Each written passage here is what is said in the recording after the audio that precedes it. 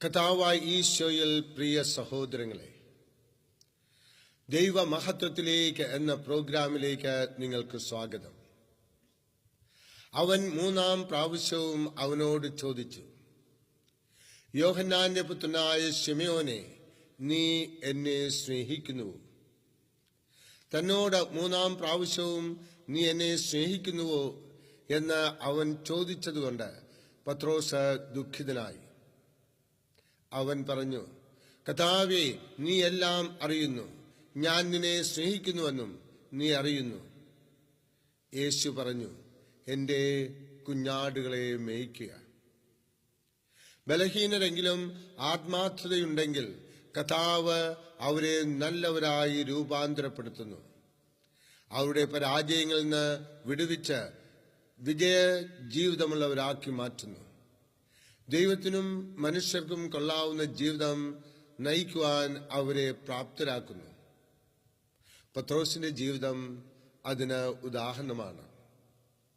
യേശുവിനെ അറിയുകയില്ല ഒരിക്കൽ പത്രോസ് തള്ളിപ്പറഞ്ഞു. മറ്റൊരു അവസരത്തിൽ യേശു പത്രോസിനെ തുറന്ന് ശാസിച്ചു, നീ ദൈവീകമല്ല ജഡീകമത്രേ ചിന്തിക്കുന്നത് എന്ന് പറഞ്ഞ് ഒരിക്കൽ വെള്ളത്തിന്മേൽ നടക്കാനിടയാക്കിയെങ്കിലും താണുപോയി. ബലഹീനതകളുടെ പരമ്പരയാണ് പത്രോസിന്റെ ജീവിതം. ഈ ബലഹീന മനുഷ്യനെയാണ് ആടുകളെ മേയ്ക്കുക എന്ന് പറഞ്ഞ് ചുമതലപ്പെടുത്തിയത്. പത്രോസേ, നീ പാറയാകുന്നു, ഈ പാറമേൽ ഞാൻ എൻ്റെ സഭയെ പണിയും എന്ന് യേശു പറഞ്ഞു. സൂത്രക്കാരനായ യാക്കോബിനെ കഷ്ടതകളുടെ ആഴത്തിലൂടെ നടത്തി. ഇസ്രായേൽ എന്ന അപരനാമവും കൊടുത്ത് യഹൂദ ജാതിയുടെ വന്യപിതാവെന്ന പദവിയിലേക്ക് അദ്ദേഹത്തെ ഉയർത്തി. ഈജിപ്തില് അടിച്ചുകൊന്ന് മണലിൽ മറവ് ചെയ്ത കൊലപാതകനായ മോശയെ ഇസ്രായേലിന്റെ നേതാവായി ഉയർത്തി.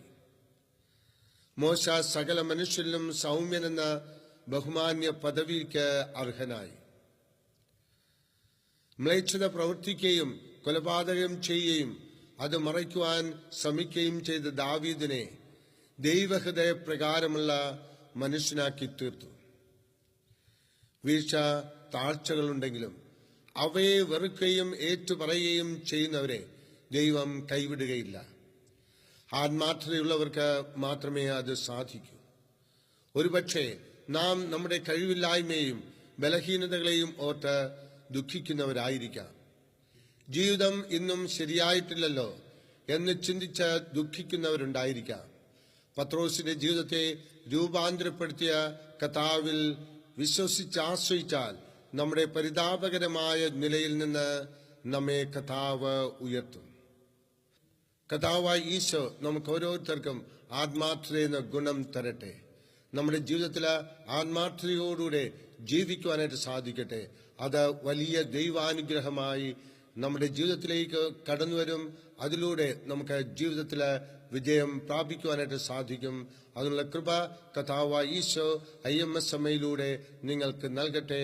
ആമേൻ.